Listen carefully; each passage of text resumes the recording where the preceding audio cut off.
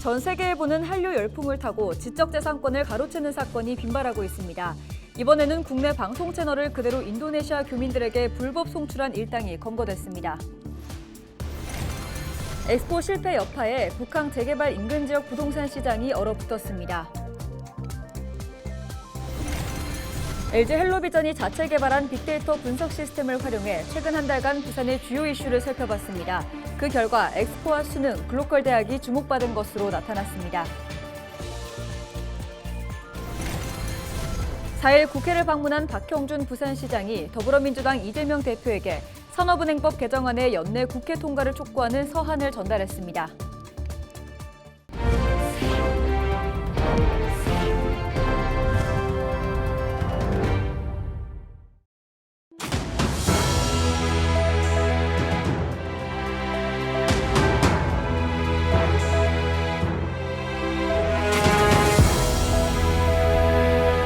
시청자 여러분 안녕하십니까? 헬로티비 부산 뉴스입니다. 전 세계에 부는 한류 열풍을 타고 지적재산권을 가로채는 사건이 빈발하고 있습니다. 지난 4월 미국에서 K 콘텐츠를 불법 송출해온 일당을 검거한 소식 보도해드렸는데요. 이번에는 국내 방송 채널을 그대로 인도네시아 교민들에게 불법 송출한 일당이 검거됐습니다. IT 업체에서 근무한 경력을 가진 일당은 VOD, 주문형 비디오 서비스 시스템까지 구축해 국내에서 제작된 영화와 드라마 10만여 편을 불법 송출한 것으로 드러났습니다. 보도에 김한식 기자입니다. 지난 10월 25일 경기도 일산의 한 원룸에서 경찰이 압수수색을 실시합니다. 방송 수신 전용 셋톱박스 수십 대가 빼곡히 설치된 통신 설비가 발견됩니다. 같은 날 인도네시아 현지의 한 건물, 인터폴과 현지 경찰, 그리고 부산경찰청 소속 수사관들이 합동 압수수색에 나섭니다. 국내에서 불법으로 송출한 방송 신호를 받아 현지 가입자들에게 보내는 송출실입니다. 이런 식으로 드라마, 예능, 다큐관, 유아관, 강좌관 등등 있고 영화관도 있는 거 확인했고 해외에서 IPTV 업체를 차려놓고 불법 송출을 해온 혐의로 60대 A씨 등 일당 3명이 경찰에 붙잡혔습니다. A씨 등은 인도네시아 현지에 송출실을 차려놓고 국내 지상파와 PP채널, 그리고 현지 방송 등 70개 채널을 교민 1,700여 명에게 송출한 혐의를 받고 있습니다. 저작권료를 내지 않은 채 무허가로 사용한 불법입니다. 경찰 조사 결과 국내에서 제작된 드라마와 영화, 예능 프로그램 10만여 편이 불법 송출된 것으로 확인됐습니다. 이들은 주문형 비디오 방식인 VOD는 물론 인터넷을 통해 방송을 시청할 수 있는 시스템까지 구축해놓고 가입자를 모았습니다. 한 가구당 30만 루피아, 우리 돈으로 월 2만 5천 원의 시청료를 받아 챙겼습니다. 일당이 이렇게 지난 2015년부터 올해 10월까지 교민 1,700명으로부터 받아 챙긴 돈은 17억 원에 이릅니다. 국내 방송 콘텐츠에 대한 교민들의 수요가 많지만 현지에서는 접근하기 불편한 점이 있어서 이러한 불법적인 서비스를 교민들을 상대로 암암리에 그런 경찰은 불법 송출 총책 A씨 등 2명을 구속하고 1명을 불구속 입건했습니다. 또 전 세계적으로 인기를 모으고 있는 K 콘텐츠의 공정한 유통을 위해 인터폴과 함께 국제 공조를 강화한다는 계획입니다. 헬로티비 뉴스 김한식입니다. 반짝 회복세를 보였던 부산 부동산 시장 더욱 얼어붙고 있습니다.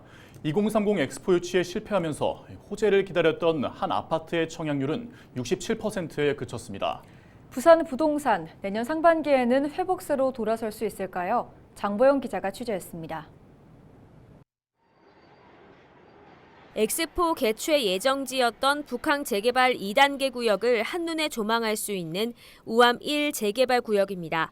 이곳에 들어설 예정이었던 한 대단지 아파트는 지난달 29일 경쟁률 0.67대 1로 청약이 마감됐습니다.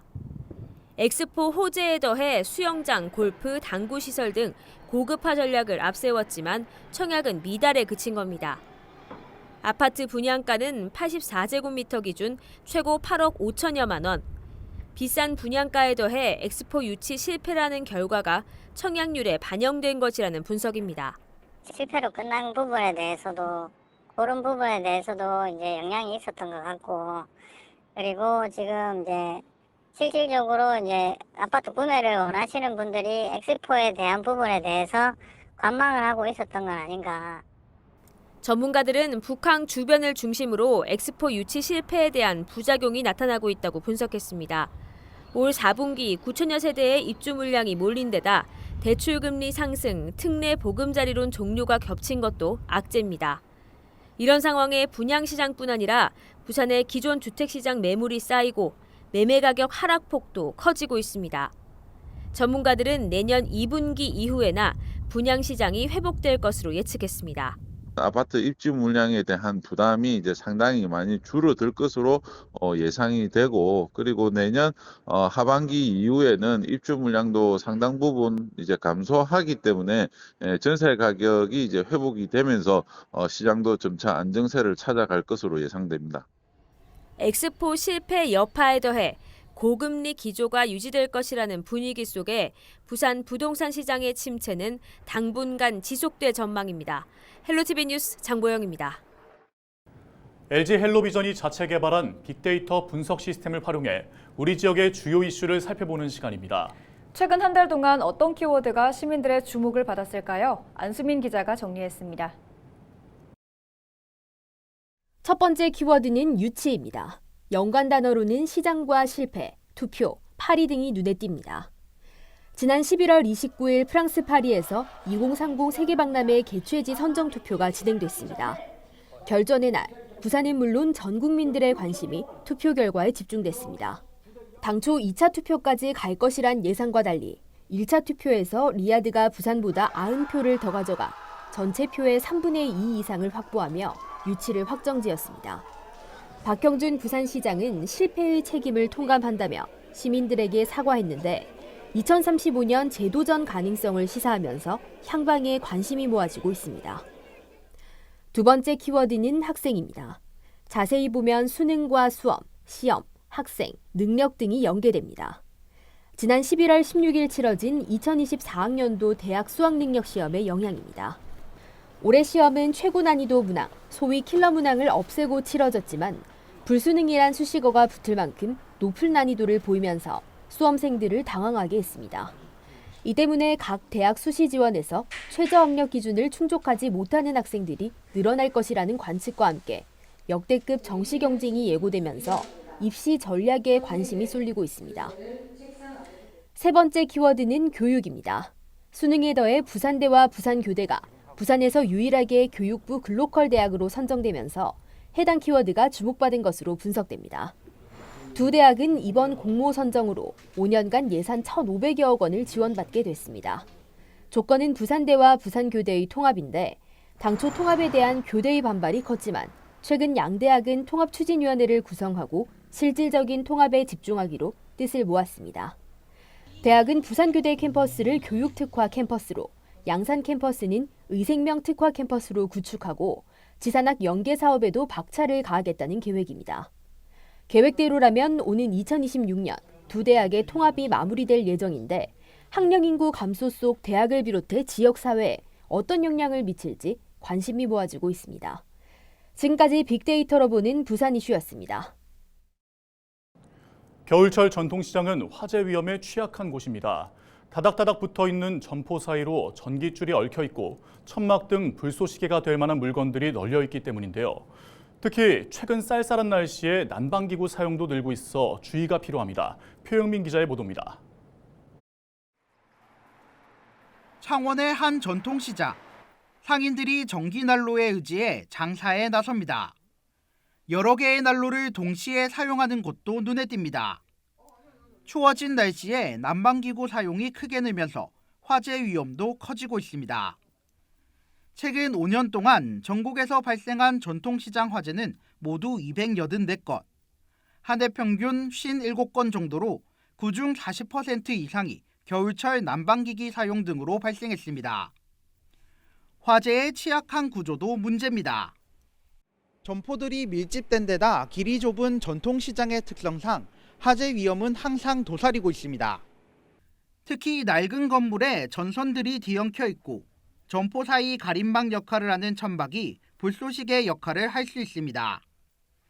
그나마 규모를 갖춘 시장은 화재에 대비해 소방시설 등을 갖추고 있지만 소규모 시장은 사실상 무방비입니다. 조그만 시장은 이런 거 설치하는데 좀 미비하니까 이 모든 터전이 다 날아가는 거잖아. 하나에 두 해 장사인 게 아니고 나 같으면 30년인데 이게 모든 게 다 날아가는 거잖아요. 소방당국은 그동안 전통시장에 대한 안전규제 등을 강화했지만 화재 위험성은 크게 변하지 않았습니다. 오래된 건물이 많은 탓에 새 안전기준을 적용하는데 무리가 따르기 때문입니다. 소방당국은 현실적인 대책이 마련될 때까지 화재 예방에 집중해야 한다고 말합니다. 노후화된 전기 설비 같은 경우에는 주기적으로 확인 및 교체 부탁드리고 그다음에 눈에 보이는 곳에 소화기를 꼭 비치해 주시기 바랍니다. 유사시에는 이 소방차가 잘 진입할 수 있도록 진입로에 물건 같은 거를 적재하지 마시기를 잘 당부드리겠습니다. 전통시장 화재 발생으로 인한 평균 피해액은 일반 화재의 16배에 달하는 2억 7천만 원. 한번 났다 하면 큰 피해로 이어지는 만큼 철저한 대비와 점검이 필요합니다. 헬로티비 뉴스 표영민입니다. 4일 국회를 방문한 박형준 부산시장이 더불어민주당 이재명 대표에게 산업은행법 개정안의 연내 국회 통과를 촉구하는 서한을 전달했습니다. 부산시는 박 시장이 산업은행법 개정안의 연내 처리를 위해 더불어민주당 이재명 대표에게 2차례 면담을 요청했지만 면담 일정이 잡히지 않아 서한을 전달하게 됐다고 밝혔습니다. 박 시장은 서한을 통해 산업은행 부산 이전이 정쟁의 대상이 아니라고 강조하며 더불어민주당이 적극 나서서 개정안이 국회 본회의를 통과할 수 있도록 협조해달라고 호소했습니다. 박 시장은 또 국회 예결위원장과 양당 예결위 간사를 만나 부산의 미래를 위한 국비 지원을 요청했다고 밝혔습니다. 산업은행 이전은 단순히 금융기관 하나를 옮기는 것이 아니고 부산과 부경 남부권 전체의 이 경제성장에 굉장히 중요한 견인차 역할을 할 정책금융기관을 옮기는 일입니다. 이것은 민주당의 가치하고도 딱 맞는 거고 앞으로 지역균형 발전을 정책을 피는 데 있어서 시금석이 될 만한 일이기 때문에 이에 대해서 민주당의 협조를 구하기 위해서 왔습니다.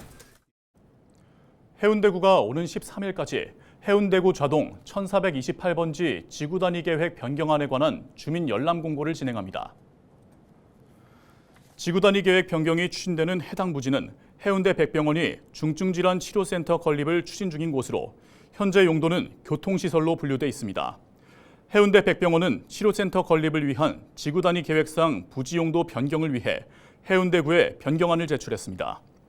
병원은 용도 변경이 확정되면 부산시로부터 부지를 매입해 800석가량의 중증질환 치료센터를 건립할 계획입니다. 부산자치경찰위원회와 부산경찰청이 시내 오토바이 사고 다발 지역 12곳에 후면 번호판 무인 교통단속 장비를 구축했습니다. 설치 지역은 동래 경찰서 앞 등 동래구 3곳과 남구 경성대 일대 2곳, 해운대, 금정, 연제, 강서, 부산진, 북구 각 1곳, 기장군 1곳 등입니다. 후면 번호판 무인 교통단속 장비는 오토바이를 포함한 모든 차량의 후면 번호판을 인식해 과속과 신호 위반은 물론 오토바이 운전자의 안전모 미착용을 단속합니다. 부산자치경찰위원회는 내년에도 장비 5대를 추가로 설치할 계획입니다. 부산의 전세 사기 누적 피해 건수가 서울과 경기, 인천에 이어 비수도권 중에서는 가장 많은 것으로 나타났습니다. 30일 국토교통부 발표에 따르면 부산 전세사기 피해지원위원회에서 인정한 피해 건수는 1,149건으로 2주 전과 비교해 73건 늘었습니다. 이에 대해 진보당 부산시당은 12월 9일 정기국회가 끝나면 전세사기 특별법 개정이 사실상 무산된다며 전세사기 특별법 개정으로 실질적인 피해자 구제책을 마련하라고 지적했습니다. 특별법 개정 내용에 대해서는 피해자를 먼저 구제한 뒤 임대인에게 피해액을 회수받는 선구제 후 회수를 포함해 피해자들의 요구가 담겨야 한다고 밝혔습니다.